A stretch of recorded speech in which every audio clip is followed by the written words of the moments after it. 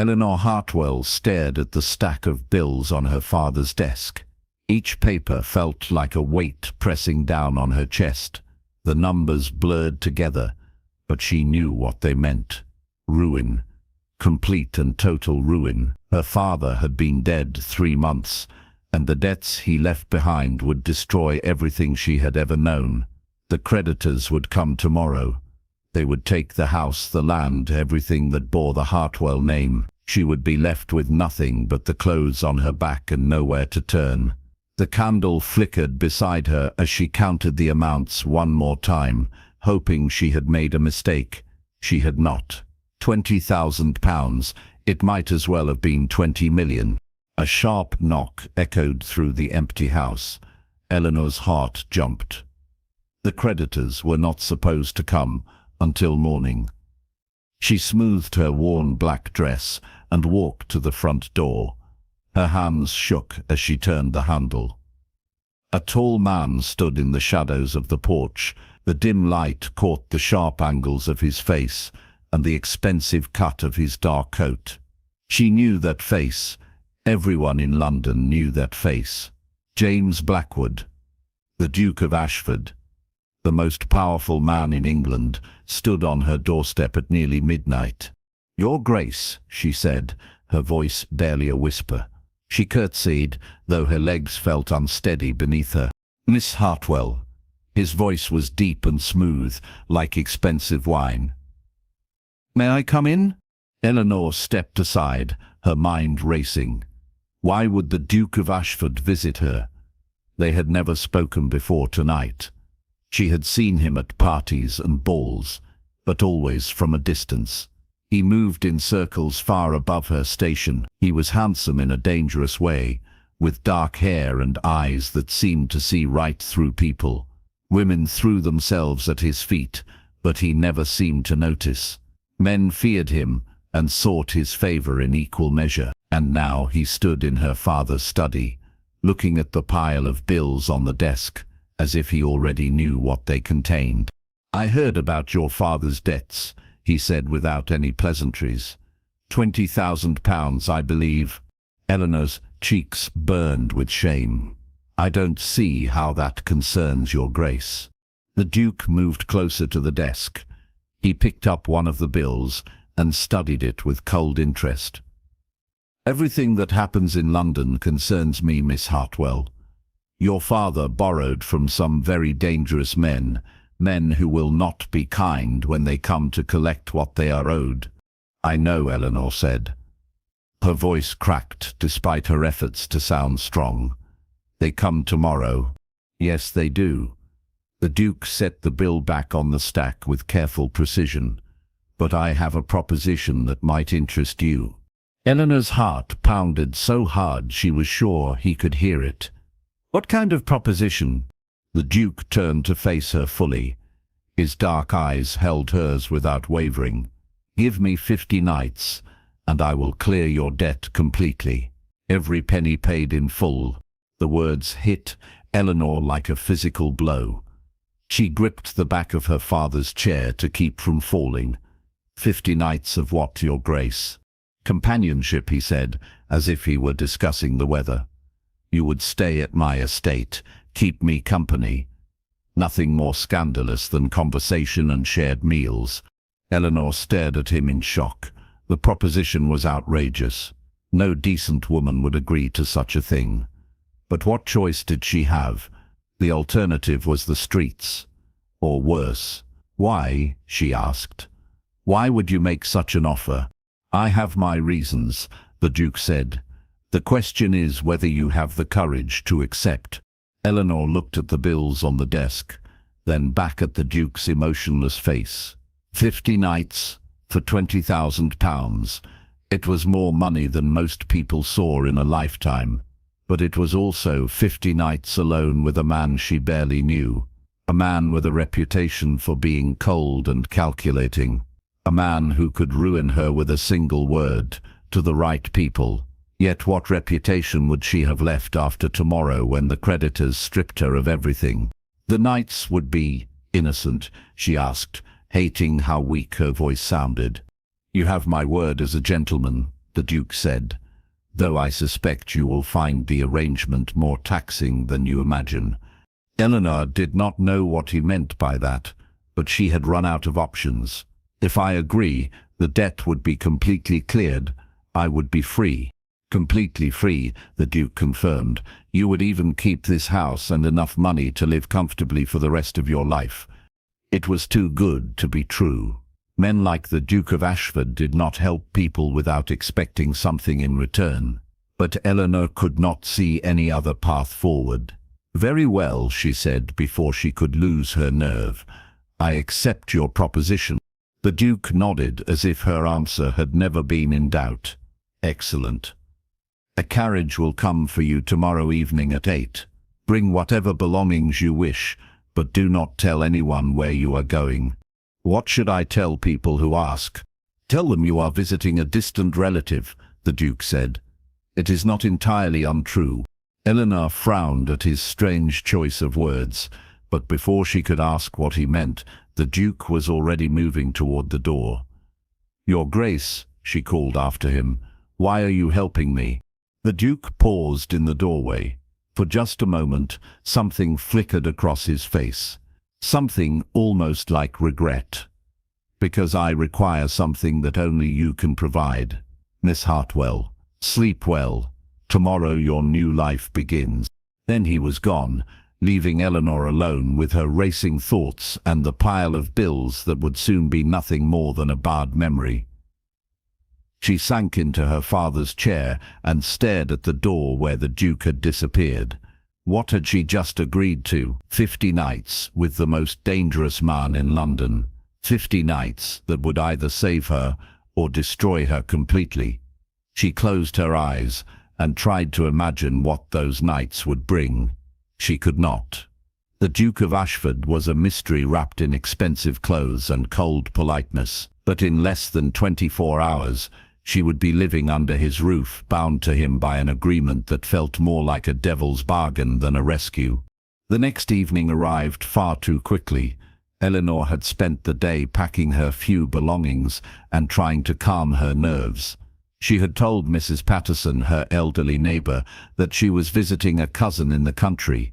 The lie came easier than she had expected. At precisely 8 o'clock, a black carriage with the Ashford coat of arms pulled up outside her door. A footman helped her into the plush interior, and they began the journey to the Duke's estate outside London. Eleanor pressed her face to the window and watched the city lights fade behind them. With each mile, she felt more like a prisoner being transported to her fate. Ashford Manor appeared through the darkness like something out of a fairy tale. Tall windows glowed with warm light, and ivy covered the ancient stone walls. It was beautiful and imposing at the same time. The carriage pulled up to the front entrance, where servants waited to escort Eleanor inside. The Duke himself stood at the top of the marble steps, dressed in evening clothes that made him look even more intimidating than before. He offered her his arm as she climbed the steps, and Eleanor tried not to notice how her skin tingled where they touched. "Welcome to Ashford Manor," he said as they entered the grand foyer. Crystal chandeliers cast dancing shadows on the walls, and portraits of stern-faced ancestors looked down at them with disapproving eyes. "It's magnificent," Eleanor said, and meant it. She had never seen anything so grand. "Mrs. Whitmore will show you to your rooms," the Duke said, gesturing to a kind-faced woman in a black dress. "Dinner is served at 8 tomorrow evening. I trust you will find everything to your liking." Eleanor wanted to ask him what exactly he expected from her during these 50 nights, but the Duke was already walking away. Mrs. Whitmore led her up a sweeping staircase to a suite of rooms that were larger than her entire house in London. The bedroom was decorated in shades of cream and gold, with a four-poster bed that looked like it belonged to a princess. Fresh flowers filled crystal vases, and a fire crackled warmly in the marble fireplace. "His Grace has instructed that you are to have anything you desire," Mrs. Whitmore said, as she helped Eleanor unpack her modest belongings. If you need anything at all, simply ring the bell. Mrs. Whitmore, Eleanor said carefully. What exactly does the Duke expect from me while I'm here? The older woman's face remained perfectly neutral. I'm sure His Grace will explain everything tomorrow evening. Miss, for now you should rest. It has been a long day. Eleanor wanted to press for more information, but Mrs. Whitmore's polite dismissal was clear. After the housekeeper left, Eleanor explored her new surroundings. The sitting room adjoined the bedroom, furnished with elegant chairs and a writing desk positioned near tall windows that overlooked the estate gardens. Everything was perfect and beautiful and completely foreign to her simple life. She felt like an actress playing a role she did not understand. Sleep came fitfully that first night. Eleanor lay in the enormous bed and stared at the canopy above her head. What had she gotten herself into? The Duke's offer seemed too generous for what he was asking in return. Surely there had to be more to it than simple companionship. Men like James Blackwood did not throw away fortunes on acts of charity, but what did he really want from her? The question haunted her dreams and followed her into the morning light. The next day passed slowly. Eleanor explored the manor with growing wonder and unease. The library contained more books than she had ever seen in one place. The music room held a grand piano that looked like it had never been played. Portraits of the Blackwood family lined the hallways, showing generations of stern men and beautiful women. But despite the grandeur, the house felt empty. Servants moved through the halls like ghosts, performing their duties in absolute silence. Eleanor began to understand why the Duke might want companionship. Ashford Manor was magnificent, but it was also profoundly lonely. As 8 o'clock approached, Eleanor's nervousness returned with a vengeance. She had brought only 2 decent dresses, and neither seemed appropriate for dining with a duke. She chose the better of the 2, a dark blue silk that had been her mother's, and tried to make herself presentable. A maid appeared to escort her to the dining room, where the Duke waited beside a table set for 2. Candles flickered between elaborate arrangements of roses, and fine china gleamed in the soft light. The Duke had changed into formal evening wear that emphasized his tall, lean frame and the aristocratic line of his jaw. "Miss Hartwell," he said, rising to help her into her chair. "You look lovely." Eleanor felt heat rise in her cheeks. "Thank you, Your Grace." The meal that followed was unlike anything Eleanor had ever experienced. Course after course appeared, each more elaborate than the last. The Duke proved to be an engaging conversationalist when he chose to be, discussing books and art and politics with an intelligence that impressed her. But Eleanor could not shake the feeling that he was studying her, watching her reactions with the same cold calculation she had seen in his eyes the night before. "Tell me about your father," the Duke said as they shared dessert. Eleanor's appetite disappeared. "What would you like to know? How did he accumulate such debts?" The question was direct and painful. Eleanor set down her spoon and met the Duke's gaze. He was a good man who made poor choices. He invested in ventures that failed. He trusted the wrong people. When my mother died, he began gambling to numb the pain. The debts grew larger each year until they consumed everything. "And you knew nothing of this until after his death?" "Nothing," Eleanor admitted. "He protected me from the truth until the very end." The Duke nodded thoughtfully. "You were close to him." "He was all I had left," Eleanor said, her voice tight with emotion. "Now he's gone, and I'm here, bound to a man I barely know by an agreement I don't fully understand." Something shifted in the Duke's expression. For just a moment, the coldness in his eyes gave way to something warmer, something almost like sympathy. "The agreement is simple, Miss Hartwell. You will spend your evenings with me. We will dine together, perhaps take walks in the garden, engage in conversation. Nothing more than what we are doing right now. For 50 nights, Eleanor said.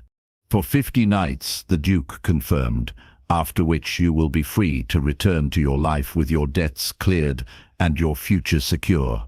It sounded reasonable when he put it that way, but Eleanor could not shake the feeling that there were layers to this arrangement that she could not see. May I ask why 50 nights specifically? The Duke's mask slipped back into place. It seemed like an appropriate length of time for what I require. And what do you require, Your Grace? The Duke stood abruptly, ending the conversation. It grows late. We should continue this tomorrow evening. Eleanor wanted to protest, but the Duke was already walking toward the door. She was left alone at the elegant table, surrounded by the remains of their meal, and more questions than answers. What was the Duke of Ashford hiding, and why did she have the unsettling feeling that these 50 nights would change her in ways she could not imagine? The second night followed a similar pattern. They dined together in the candlelit dining room, making polite conversation about safe topics. The Duke was charming when he wanted to be, but Eleanor could sense the walls he kept around himself. He revealed nothing personal, nothing that might explain why he had made his strange offer. When she tried to probe deeper, he deflected her questions with the skill of a practiced politician. By the end of the evening, Eleanor felt like she knew him even less than before. The third night brought a change. After dinner, the Duke led her to the music room instead of dismissing her as he had before. He sat at the piano bench and ran his fingers over the keys with surprising gentleness. "Do you play?" he asked. "A little," Eleanor said. "My mother taught me before she died." "Show me." Eleanor hesitated, then joined him at the bench. Their shoulders brushed as she reached for the keys, and she felt that strange tingling sensation again. She played a simple melody, one of the first pieces her mother had taught her. Her fingers stumbled over some of the notes, but the Duke listened intently. When she finished, he placed his hands on the keys and played the same melody with flawless technique. The music that flowed from his fingers was beautiful and heartbreaking, full of emotion that never showed on his face. "That was lovely," Eleanor said when the last note faded. "My mother's favorite song," the Duke said quietly. It was the first personal thing he had shared with her. Eleanor sensed an opportunity and took it carefully. She must have been a wonderful woman. The Duke's hands stilled on the keys. She died when I was 12.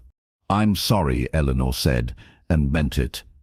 "That must have been very difficult." "It was the day I learned that caring for someone only leads to pain," the Duke said. His voice was matter-of-fact, but Eleanor heard the old hurt underneath. "Since then, I have made it a point to avoid such attachments." Eleanor stared at his profile in the candlelight. So that was it. The great Duke of Ashford was afraid of love, afraid of the pain that came with losing someone he cared about.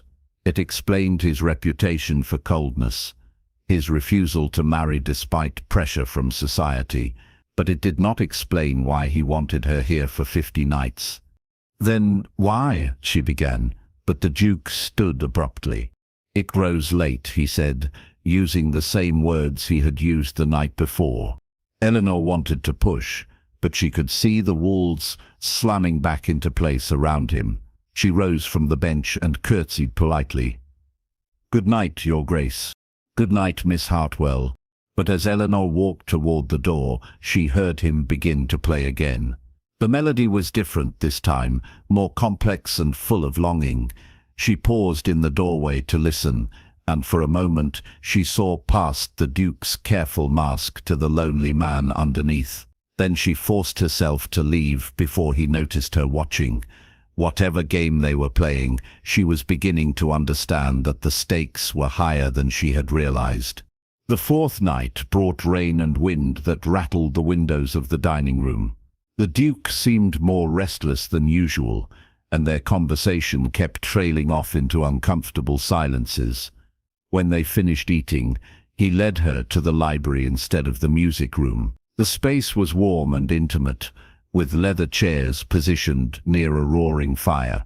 The Duke poured himself a glass of brandy, but offered Eleanor tea. "You seem troubled tonight," Eleanor said, as they settled into chairs facing each other. The Duke stared into the fire. "It is the anniversary of my mother's death." Eleanor's heart ached for him. No wonder he seemed distant. "Would you like to talk about her?" "What is there to say? She was beautiful and kind, and she loved my father completely. When she died, it destroyed him. He spent the rest of his life trying to drink away the pain, and he succeeded in destroying himself in the process. Is that why you never married?" Eleanor asked gently. The Duke's laugh was bitter. "Marriage is a business arrangement, Miss Hartwell. Love is a luxury that men in my position cannot afford. That seems like a very lonely way to live." "Loneliness is preferable to devastation," the Duke said. He took a long drink of his brandy. "At least, that is what I believed until recently." Eleanor leaned forward in her chair. "What changed your mind?" The Duke looked at her then, really looked at her, and Eleanor felt something pass between them, something electric and dangerous. "I find myself questioning many things I once took for granted," he said softly. They sat in silence for a while, watching the fire dance in the grate. Eleanor wanted to ask him what he meant, but she could sense that he had revealed as much as he was willing to. Instead, she found herself studying his face in the firelight. The harsh lines softened by shadows, the way his dark hair fell across his forehead, the elegant line of his jaw. He was undeniably handsome, but it was more than that. There was something compelling about him, something that drew her despite her better judgment. "Why did you really make me this offer?" she asked suddenly. The Duke turned to meet her gaze. "Because I needed to know if it was possible." If what was possible? But the Duke had already closed himself off again. "It grows late," he said, rising from his chair. Eleanor wanted to scream with frustration. Every time she felt like she was getting close to understanding him, he pulled away. But as she stood to leave, the Duke caught her hand. His touch was gentle, almost hesitant. "Thank you," he said quietly. "For what?" "For listening without judgment. It has been a long time since I spoke of my mother to anyone." Eleanor looked down at their joined hands. His skin was warm against hers, and she could feel her heart beating faster. "Thank you for trusting me with something so personal." The Duke released her hand as if it had burned him. "Good night, Miss Hartwell." "Good night, Your Grace." But as Eleanor walked back to her rooms, she could not stop thinking about the look in his eyes when he had thanked her. For just a moment, the Duke of Ashford had seemed almost vulnerable, almost human. And Eleanor found herself caring about him in a way that terrified her. She was supposed to be here for 50 nights, and then leave. She was not supposed to develop feelings for a man who had made it clear that love was not part of their arrangement. The 5th night marked a week since Eleanor's arrival at Ashford Manor. She had fallen into a routine of sorts, spending her days exploring the estate and her evenings in the Duke's company. Each night revealed a little more about the complex man behind the cold facade. He was intelligent and well-read, with strong opinions about politics and social reform. He cared deeply about his tenants and had implemented progressive policies to improve their living conditions. But he guarded his personal thoughts and feelings like state secrets. That evening, the Duke surprised her by suggesting they take a walk in the garden despite the cool October air. Eleanor wrapped a shawl around her shoulders and joined him on the terrace. The gardens were beautiful even in the fading light, with carefully tended paths winding between beds of late-blooming flowers. The Duke offered her his arm, and they walked in comfortable silence for a while. "The roses are lovely," Eleanor said, pausing beside a bush heavy with deep red blooms. My mother planted this garden, the Duke said. She spent hours out here, tending to every plant herself. My father used to say she could make anything grow with just her touch and her love. Eleanor could hear the pain in his voice, even after all these years. She sounds wonderful. She was. She made this place feel like a home, instead of just a house. Eleanor looked around at the carefully maintained garden, then back at the Duke's face. It still does, in a way. You've preserved what she created. The Duke stopped walking and turned to face her. Do you really think so? I do, Eleanor said. You can feel her love in every corner of this place. It's not gone just because she is. Something shifted in the Duke's expression. The walls that he kept so carefully in place seemed to crack just a little. I have spent so many years trying to protect myself from feeling what my father felt when she died. But lately I wonder if I have been protecting myself from living as well. Eleanor's breath caught in her throat. They were standing very close now, close enough that she could see the gold flecks in his dark eyes. What do you mean? I mean that perhaps some risks are worth taking, the Duke said softly. His hand reached up to touch her cheek, his thumb tracing the line of her jaw, even if they lead to pain. Eleanor felt like she was drowning in the intensity of his gaze. Every instinct told her to step away, to maintain the careful distance they had established. But she could not move, could not breathe, could not think of anything but the way he was looking at her, as if she was something precious and fragile. Your Grace, she whispered. James, he said, when we are alone like this, I would like you to call me James. James, she repeated, testing the name on her tongue. It felt intimate and dangerous and absolutely right. For a moment, Eleanor thought he might kiss her. The air between them crackled with tension, and she found herself leaning toward him without conscious thought. But then the Duke stepped back, dropping his hand as if he had been burned. Forgive me, he said stiffly. I overstepped. You didn't, Eleanor began, but the Duke was already walking back toward the house. It grows late, he said, without looking at her. Eleanor followed him back inside, her mind reeling. What had just happened in the garden? For a moment, she had seen something in James's eyes that had taken her breath away, something that looked very much like desire. But now he was retreating behind his walls again, leaving her more confused than ever. That night, Eleanor lay awake, staring at the canopy above her bed. The memory of James's touch lingered on her skin, and she could not stop thinking about the way he had said her name. She was falling for him. Despite her best efforts to maintain her distance, despite knowing that their arrangement was temporary, she was developing feelings for the Duke of Ashford. And based on what had happened in the garden, she suspected he might be developing feelings for her as well. But what did it mean? They had 45 nights left together, and then she would return to her life in London. James had made it clear that he did not believe in love, that he considered it too dangerous to pursue. Even if he was attracted to her, even if he cared about her, would it be enough to overcome his fears? Eleanor turned onto her side and closed her eyes, trying to quiet her racing thoughts. But sleep remained elusive, and she found herself counting the hours until she would see James again. The 6th night brought an unexpected change. When Eleanor arrived at the dining room, she found the Duke dressed more casually than usual. He wore a simple white shirt open at the collar and dark trousers instead of his formal evening wear. The sight of him without his usual armor of perfect clothing made her pulse quicken. I thought we might dine more informally tonight, James said, pulling out her chair. The weather is so pleasant, and I find myself weary of ceremony. They ate in the small breakfast room instead of the grand dining room, sharing a simple meal of roasted chicken and fresh vegetables from the estate gardens.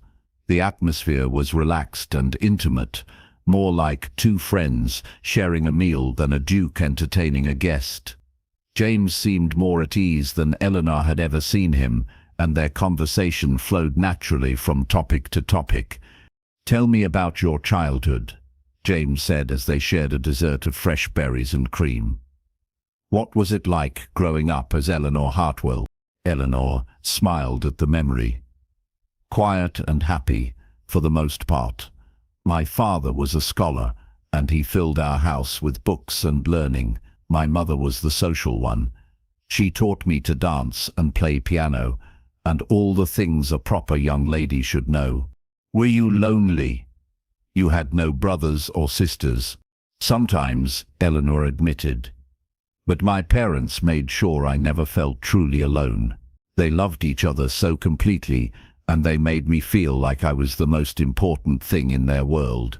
James listened intently, and Eleanor could see something wistful in his expression. "It sounds idyllic." "It was, until my mother became ill. Everything changed after that." "How old were you when she died?" 16, Eleanor said. "Old enough to understand that life would never be the same, but young enough to hope that somehow it might get better." "And did it get better, I mean?" Eleanor considered the question.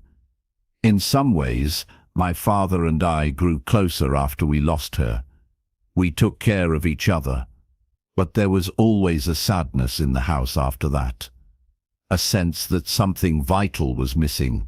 James nodded as if he understood completely. "When my mother died, this entire estate felt like a tomb. My father could barely stand to be here, and I spent most of my youth at school or visiting relatives. It was not until I inherited the title that I forced myself to come back and make peace with the ghosts." "Have you made peace with them?" James looked around the cozy breakfast room, then back at Eleanor. "I am beginning to think that perhaps the ghosts are not as frightening as I believed them to be." After dinner, James led Eleanor to a part of the house she had not seen before. They climbed a narrow staircase to a tower room at the very top of the manor. The circular space was lined with windows that offered views of the estate in every direction. In the center sat a large telescope pointed toward the night sky. "This was my sanctuary when I was a boy," James said, adjusting the telescope's position. "I would come here when the house felt too empty or too full of memories." Eleanor walked to one of the windows and looked out at the moonlit landscape. "It's beautiful up here, so peaceful." "Look through the telescope," James said, stepping aside to make room for her. Eleanor bent to peer through the eyepiece and gasped at what she saw. The moon appeared enormous and detailed, its surface covered with craters and shadows she had never noticed before. "It's incredible," she breathed. "Try this," James said, adjusting the telescope to point at a different part of the sky. Now Eleanor could see a cluster of stars, so bright and clear they seemed close enough to touch. She had never imagined that the heavens could be so beautiful or so complex. "How do you know where to look?" "Years of practice," James said, moving to stand behind her. "My tutor taught me to read the stars when I was 12. It became an obsession of sorts." Eleanor could feel the warmth of his body behind her, and she was acutely aware of how close he was. When she straightened and turned around, she found herself trapped between James and the telescope. His dark eyes held hers, and Eleanor could see her own reflection in their depths. "Eleanor," he said softly, her name a caress on his lips. "Yes, I find myself in a situation I swore I would never allow." Eleanor's heart pounded so hard she was sure he could hear it. "What situation is that?" "I am falling in love with you," James said, his voice raw with honesty. "Against my better judgment, against everything I believed about myself, I am falling completely and utterly in love with you." Eleanor's breath caught in her throat. The admission hung between them like a fragile thing that might shatter if either of them moved too quickly. "James," she whispered. "I know this complicates everything," he said, his hands coming up to frame her face. I know it was not part of our arrangement, but I cannot pretend anymore. I cannot spend another evening with you without telling you how I feel." Eleanor searched his face, looking for any sign that he was playing some cruel game with her. But all she saw was vulnerability and hope, and a love so powerful it took her breath away. "I'm falling in love with you too," she said, the words tumbling out before she could stop them. James's eyes closed, as if her admission caused him physical pain. "God help us both," he murmured.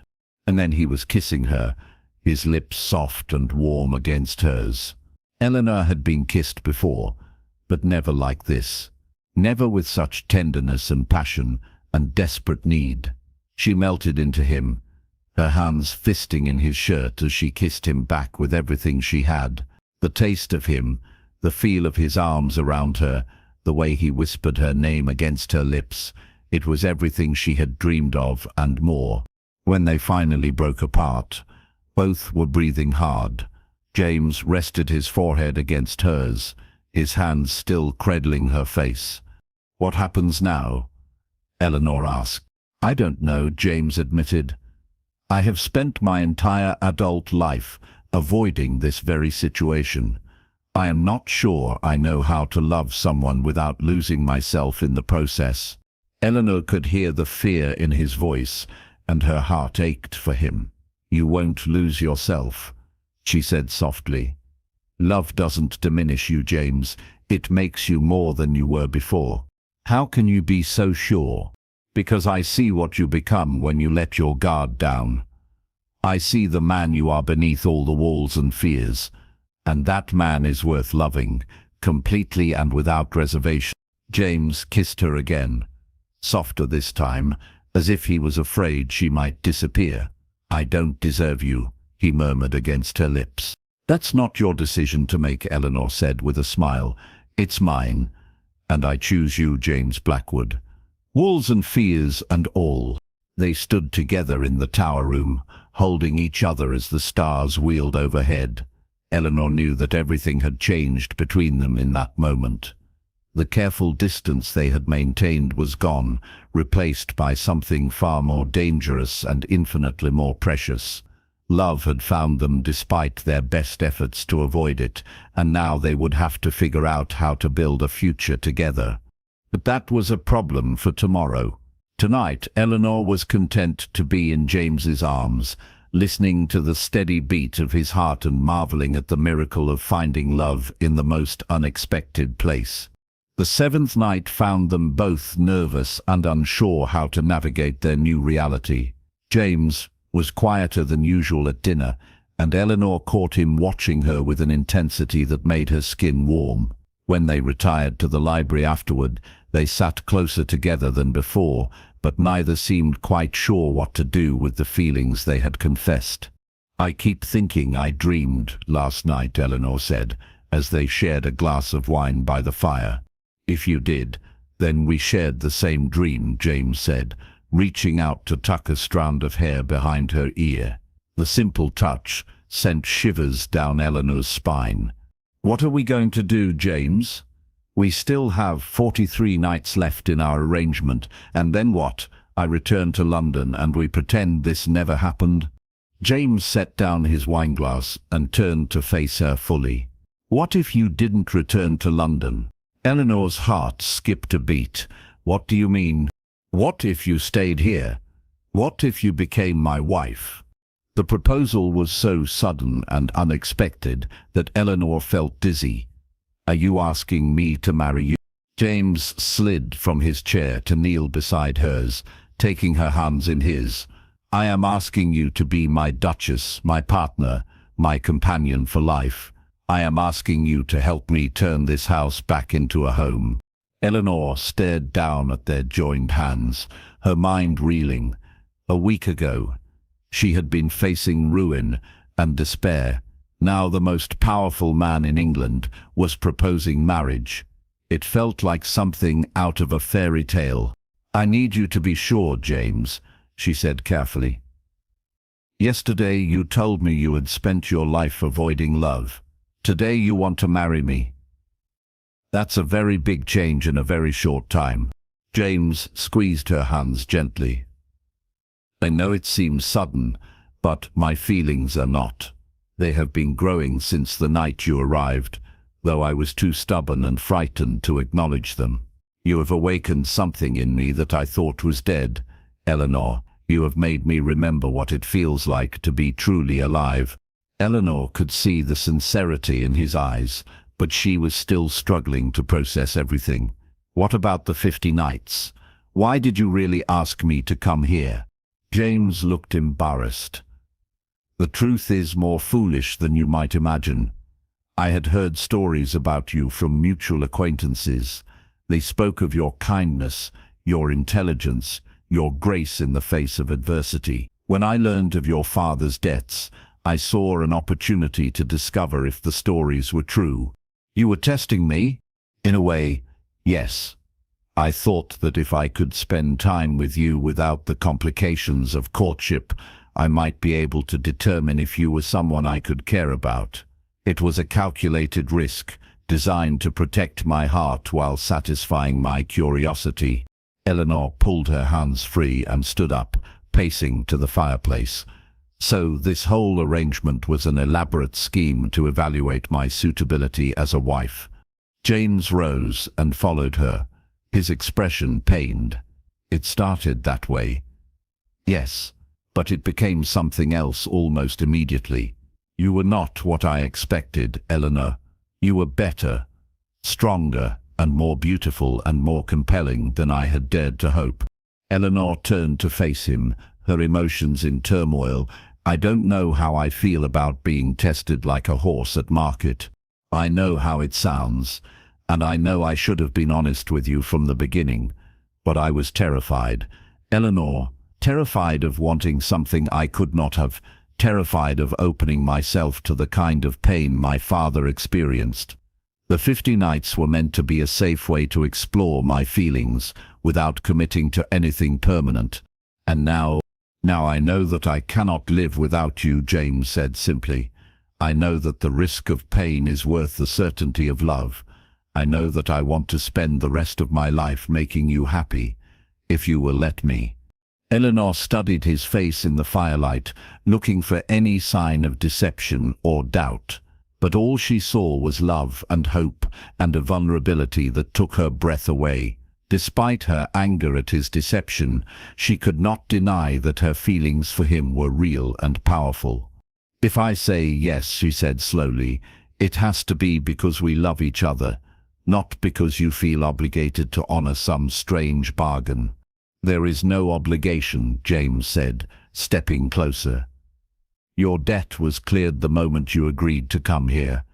You are free to leave any time you choose, with no consequences whatsoever. Eleanor felt a weight lift from her shoulders. Truly, truly, you stay because you want to, or you leave because you want to. The choice is entirely yours. Eleanor looked around the library, with its warm fire and comfortable chairs and shelves full of books. She thought about the past week, about the conversations they had shared, and the gradual peeling away of James's protective walls. She thought about the way he had kissed her in the tower room, and the way her heart raced every time he said her name. I need time to think, she said finally. James nodded, though she could see the disappointment in his eyes. Of course, take all the time you need. Thank you for being honest with me about your original intentions. I know it could not have been easy to admit. You deserve nothing less than complete honesty from me, James said. I should have told you the truth from the beginning. Eleanor moved toward the door, then paused. James, for what it's worth, I think your original plan worked. You did discover who I really am. The question is whether you like what you found. I love what I found, James said softly. I love you, Eleanor Hartwell. Whatever you decide, that will not change. Eleanor left him standing by the fire and made her way back to her rooms. Her head was spinning with everything he had told her. Part of her was angry that he had deceived her, but a larger part understood his motivations. He had been protecting himself the only way he knew how, and in the end, his feelings had overcome his fears, just as hers had. The question now was whether she was brave enough to trust him with her heart and her future. Marriage to James would mean becoming a duchess, taking on responsibilities she had never imagined, but it would also mean spending the rest of her life with the man she loved, building something beautiful together. Eleanor fell asleep that night with no clear answer, but with the knowledge that whatever she decided would change the course of both their lives forever. The 8th night brought an unexpected visitor to Ashford Manor. Eleanor was reading in the library when Mrs. Whitmore appeared with a worried expression. "Begging your pardon, miss, but there's a gentleman here to see you. He says he's your cousin from London." Eleanor frowned. She had no cousin in London, at least none who would visit her here. "Did he give his name?" "Mr. Harold Wickham, miss." Eleanor's blood ran cold. Harold Wickham was one of her father's creditors, and one of the most unpleasant men she had ever encountered. What was he doing here? How had he found her? "Please tell His Grace that Mr. Wickham is here," Eleanor said, rising quickly, "and then show Mr. Wickham to the blue sitting room." Mrs. Whitmore nodded and hurried away. Eleanor smoothed her skirts and tried to calm her racing heart. This could not be good news. Wickham never went anywhere unless there was money to be made. She found him pacing the blue sitting room like a caged animal. He was a thin, sharp-faced man with calculating eyes and a perpetually dissatisfied expression. He turned when Eleanor entered, and his smile was like a blade. "My dear Miss Hartwell," he said with false warmth. "How lovely to see you again, and looking so well, I must say. Country life clearly agrees with you." "Mr. Wickham," Eleanor said coldly, "I must say I'm surprised to see you here. I was under the impression that my father's debts had been settled." "Oh, they have been, Wickham said, moving closer. "Every penny paid in full by His Grace the Duke of Ashford. Most generous of him, I must say, though it does raise certain questions about the nature of your relationship with His Grace." Eleanor felt her cheeks burn, but she kept her voice steady. "I fail to see how that is any concern of yours." "Oh, but it is my concern, my dear. You see, I have made it my business to know things about people, and what I know about you and the Duke could be quite damaging if it were to become public knowledge." "Are you threatening me, Mr. Wickham?" Before Wickham could answer, James appeared in the doorway. He was dressed impeccably as always, but there was something dangerous in his manner that made even Wickham take a step back. "Miss Hartwell," James said smoothly, "I was not aware we were expecting guests." "Mr. Wickham was just leaving," Eleanor said quickly. "Oh, but I haven't had a chance to congratulate His Grace on his recent generosity," Wickham said, his voice oily with false politeness. £20,000 is quite a sum to pay for a young lady's companionship." The temperature in the room seemed to drop 10 degrees. James moved to stand beside Eleanor, and she could feel the controlled fury radiating from him. "I would choose my next words very carefully, Mr. Wickham," James said, his voice deadly quiet. "Of course, Your Grace. I merely came to express my concern for Miss Hartwell's reputation. Such arrangements, however innocent, can be easily misunderstood by society." "What do you want?" James asked bluntly. Wickham smiled his blade-like smile again. "Nothing unreasonable, Your Grace. Simply a small token of appreciation for my discretion in this matter. Shall we say £5,000? Eleanor gasped. "You're blackmailing us." "Such an ugly word," Wickham said. "I prefer to think of it as a mutually beneficial arrangement." James stepped forward, and Wickham instinctively moved back. "You seem to be under the impression that I care what people think about my private affairs," James said conversationally. "Let me disabuse you of that notion. Your Grace, I am the Duke of Ashford. I have more money than God, and more power than the Prime Minister. If I choose to keep a dozen mistresses under my roof, there is not a person in England who would dare criticize me to my face. And if I choose to marry a woman of gentle birth who has fallen on hard times, that is my prerogative as well. Wickham's confidence began to waver. Surely your Grace would not want Miss Hartwell's reputation. Miss Hartwell's reputation is my concern, not yours, James interrupted. And in approximately 5 minutes it will be protected by my name and title.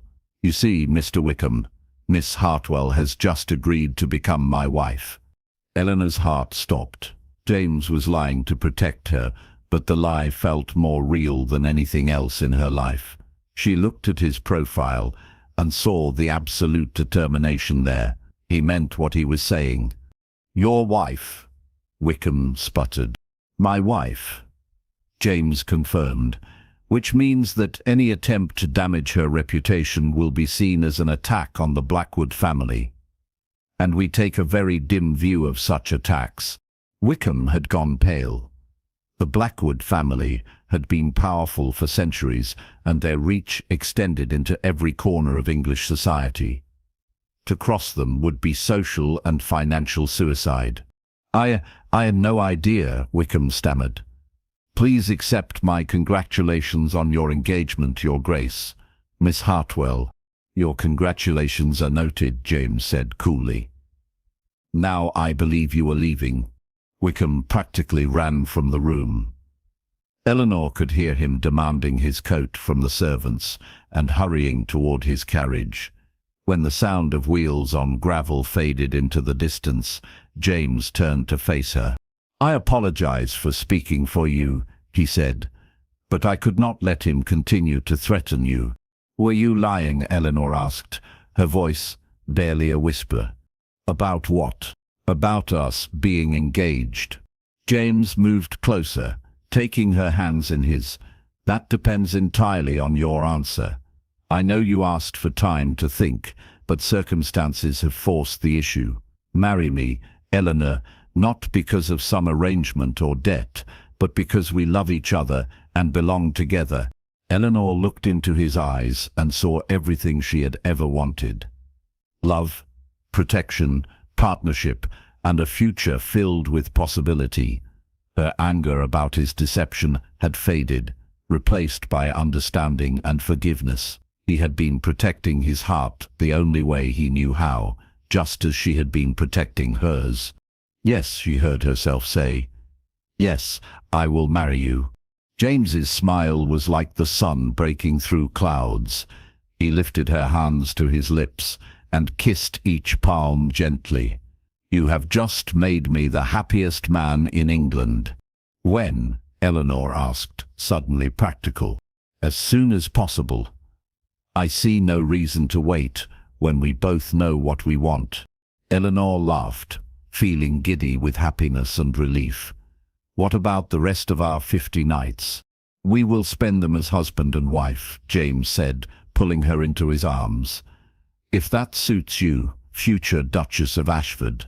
It suits me perfectly, Eleanor said, just before he kissed her. The 9th night was their last. As unmarried people, James had procured a special license with remarkable speed, and they would be wed the following morning in the estate's private chapel. Eleanor could hardly believe how quickly her life had changed. A week ago she had been a penniless orphan facing ruin. Tomorrow she would be a duchess. They spent the evening walking in the garden where James had first kissed her. The roses were still blooming despite the October chill, filling the air with their sweet perfume. Eleanor wore her mother's pearls and the finest dress she owned, while James looked devastatingly handsome in evening clothes. Are you nervous? James asked as they paused beside the fountain at the center of the garden. Terrified, Eleanor admitted. Not about marrying you, but about everything that comes after. I don't know how to be a duchess, James. I don't know the first thing about running a household like this or moving in your social circles. James turned to face her, taking her hands in his. You will learn, just as I had to learn to be a duke, and you will not be doing it alone. I will be beside you every step of the way. What if I embarrass you? What if I make mistakes? Then we will face the consequences together, James said simply. Eleanor, I am not marrying you because I think you are perfect. I am marrying you because I think we are perfect together. Your strength balances my cynicism. Your warmth melts my cold calculations. Your love has made me a better man than I ever thought I could be. Eleanor felt tears prick her eyes. You've made me better too, braver and stronger and more confident. I never thought I could love someone the way I love you. We are going to have a wonderful life together, James said, brushing away a tear that had escaped down her cheek. I promise you that. 50 nights seemed like such a long time when this all began.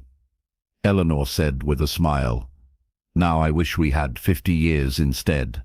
We do, James said, pulling her closer. We have 50 years and more, if we are lucky. 50 years of nights like this, of conversations and laughter and quiet moments together. 50 years of building something beautiful together. He kissed her then, soft and sweet and full of promise. Eleanor melted into him, marveling at how perfectly they fit together. When they broke apart, both were smiling. I love you, Eleanor Hartwell, James said softly. I love you too, James Blackwood, Eleanor replied. My Duke. Your husband, James corrected. After tomorrow, always your husband. They walked back to the house, hand in hand, savoring their last evening as single people. Tomorrow would bring new challenges and responsibilities, but tonight was theirs alone. As they climbed the steps to the terrace, Eleanor looked back at the garden one more time. This was where her new life had truly begun, where love had found her despite all odds. Ready? James asked, offering her his arm. Eleanor smiled and took it without hesitation. Ready. The morning of their wedding dawned clear and bright, with golden sunlight streaming through the windows of Eleanor's room. Mrs. Whitmore had recruited several of the housemaids to help prepare the bride, and they fluttered around Eleanor like excited butterflies. Someone had produced a wedding dress that fit her perfectly, ivory silk with delicate lace trim and pearl buttons down the back. It was more beautiful than anything Eleanor had ever worn. You look like a fairy tale princess, Mrs. Whitmore said with tears in her eyes as she fastened Eleanor's mother's pearls around her neck. Eleanor studied her reflection in the mirror and barely recognized herself. The elegant dress and professional styling made her look like she belonged in James's world.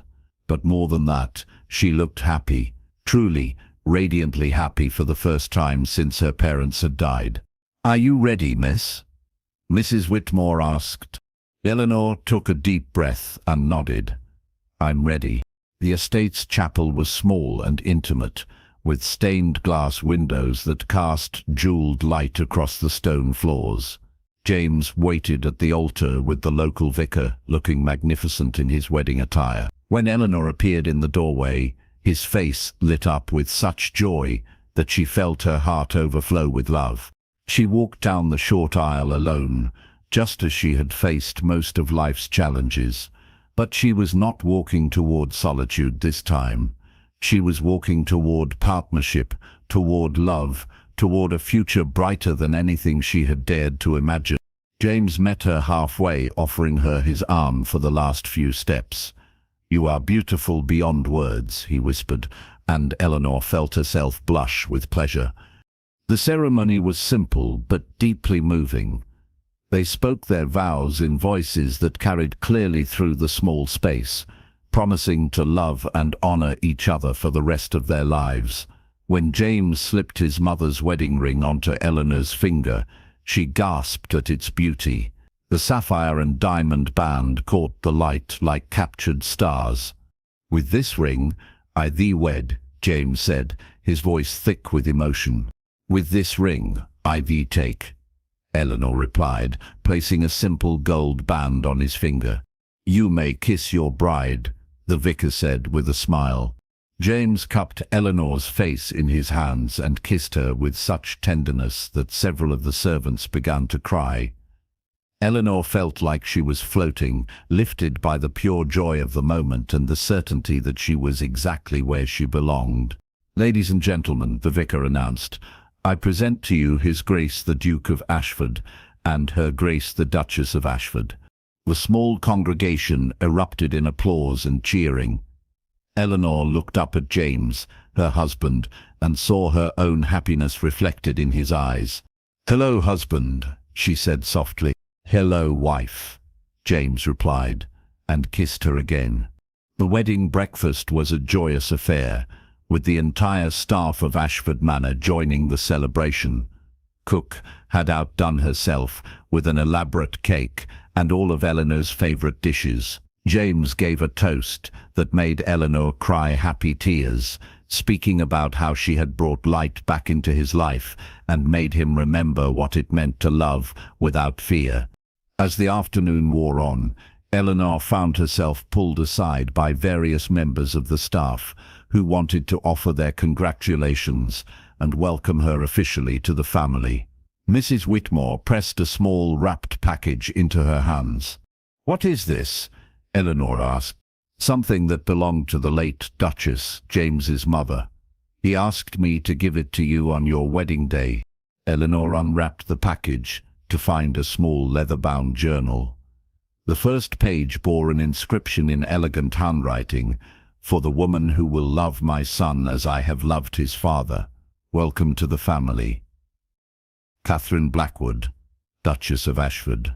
Eleanor's eyes filled with tears. James appeared at her side, slipping his arm around her waist. "She wrote that the day before she died," he said quietly.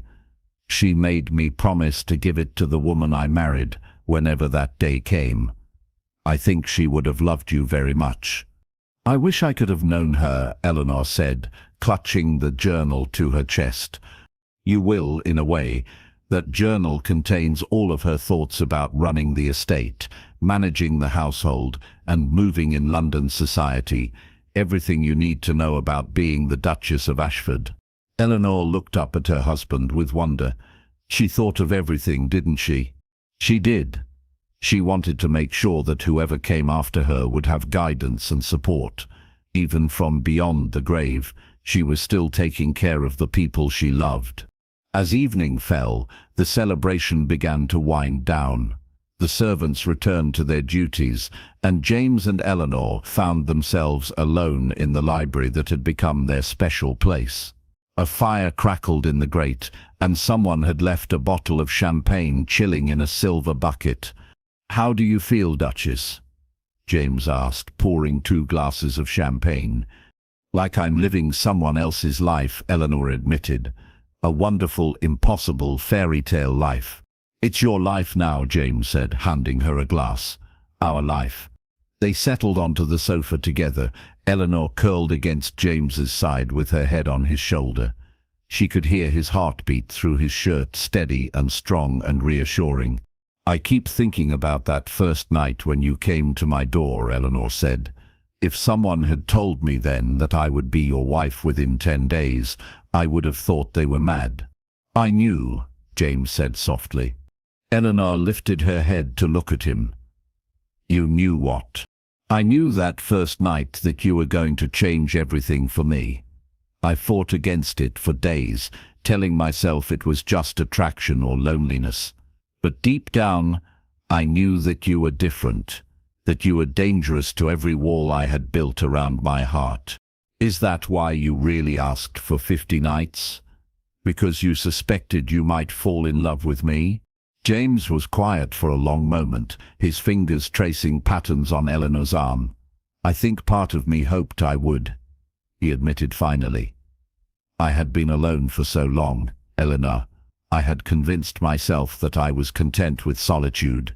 But then I heard stories about you and I became curious. What kind of woman could inspire such devotion in everyone who knew her? What kind of person could face ruin with such grace and dignity? So you decided to find out. I decided to take a calculated risk.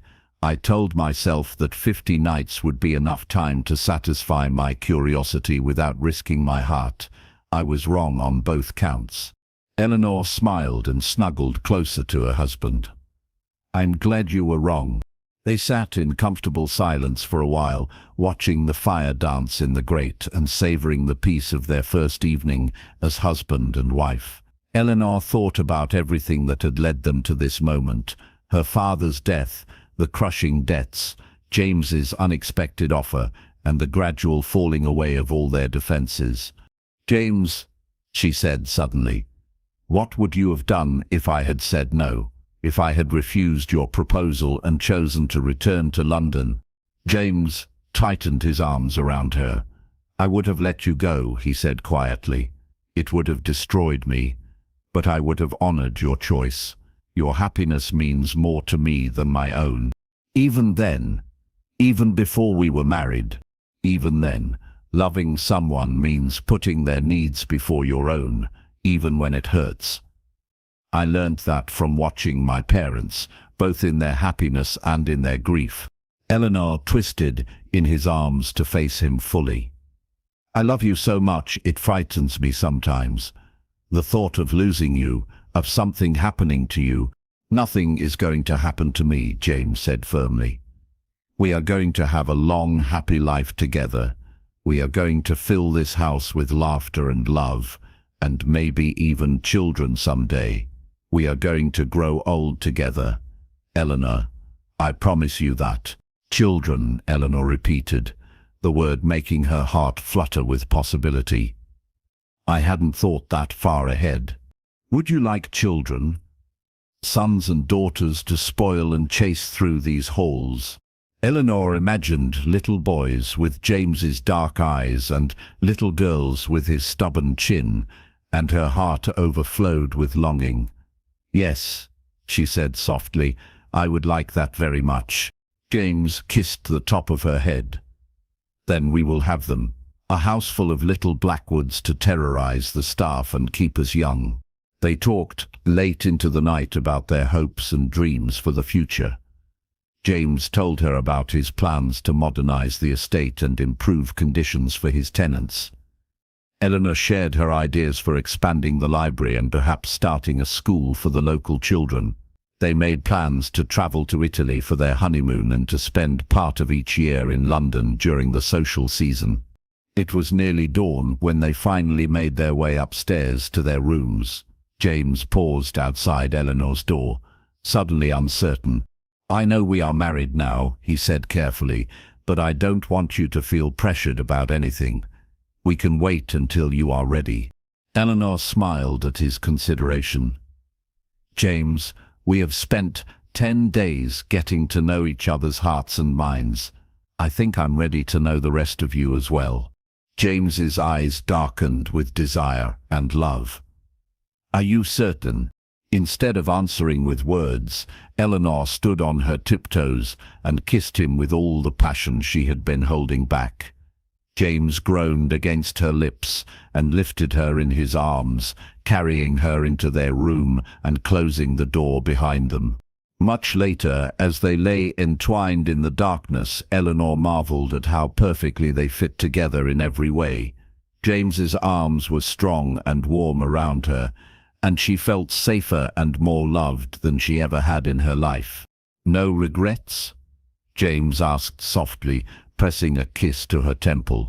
None, Eleanor said firmly. Not one. Even about the deception. About the real reason I asked you here. Eleanor considered the question seriously. I think everything happened exactly as it was meant to, she said finally.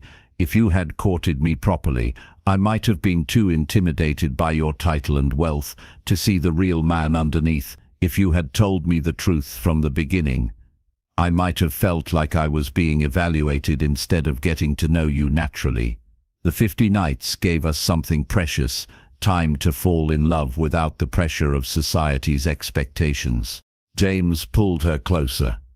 I love your wisdom, Duchess. I love your heart, Duke. Even when you try to hide it behind walls and cold calculations, it shines through. They drifted off to sleep as the sun rose over Ashford Manor, marking the beginning of their first full day as husband and wife. Eleanor's last coherent thought was wonder at how much her life had changed in such a short time. 50 nights had seemed like a lifetime when she first agreed to James's proposition. Now she knew it was just the beginning of their real story together. 3 months later, Eleanor stood in the morning room reading a letter from her old neighbour in London. Mrs. Patterson had written to tell her that Harold Wickham had been arrested for fraud and was likely to spend several years in prison. Eleanor smiled as she folded the letter. Justice had a way of finding people like Wickham eventually. "Good news?" James asked, appearing in the doorway with their morning tea. "The best kind," Eleanor said, going to him for a kiss. "The kind that reminds you that good things happen to good people and bad things happen to those who prey on the innocent." James set down the tea tray and pulled her into his arms. "Speaking of good things happening to good people," he said with a mysterious smile, "I have something to tell you." "Oh, what's that?" "I've been corresponding with the Archbishop of Canterbury about having our marriage blessed at Westminster Abbey. He has agreed to perform a second ceremony for us, if you would like. Something grander for the Duchess, who deserves to be celebrated properly." Eleanor's eyes filled with tears of joy. "James, that's wonderful. But it's not necessary. Our wedding was perfect just as it was. Perfect for us, yes. But I want the world to see how proud I am to be your husband. I want every person in England to know that the Duke of Ashford has found his perfect match." Eleanor laughed and kissed him soundly. "In that case, Your Grace, I would be honored to marry you again." "Excellent. The ceremony is planned for next month. I hope you don't mind. But I've already ordered your dress. Something worthy of the most beautiful Duchess in England." Eleanor shook her head in amazement. Even after 3 months of marriage, James still found ways to surprise her with his thoughtfulness and generosity. "What am I going to do with you?" "Love me," James said simply. "Just keep loving me, and I will be the happiest man alive." "That's easy enough," Eleanor said, wrapping her arms around his neck. "I plan to love you for the next 50 years at least." "Only 50? James asked with mock disappointment. "Well, maybe 60 or 70, or however long we have together." James spun her around the morning room, both of them laughing like children. When he set her down, they were both breathless and giddy with happiness. "Do you ever think about how different our lives would be if you hadn't come to my door that night?" Eleanor asked. "Never," James said firmly, "because it was always going to happen. We were always going to find each other." "Eleanor, maybe not in exactly the same way, but somehow, somewhere, we would have found our way together." "How can you be so sure?" "Because some people are meant to be together. Some loves are written in the stars long before we understand what we're looking for. We just had to be brave enough to recognize it when it found us."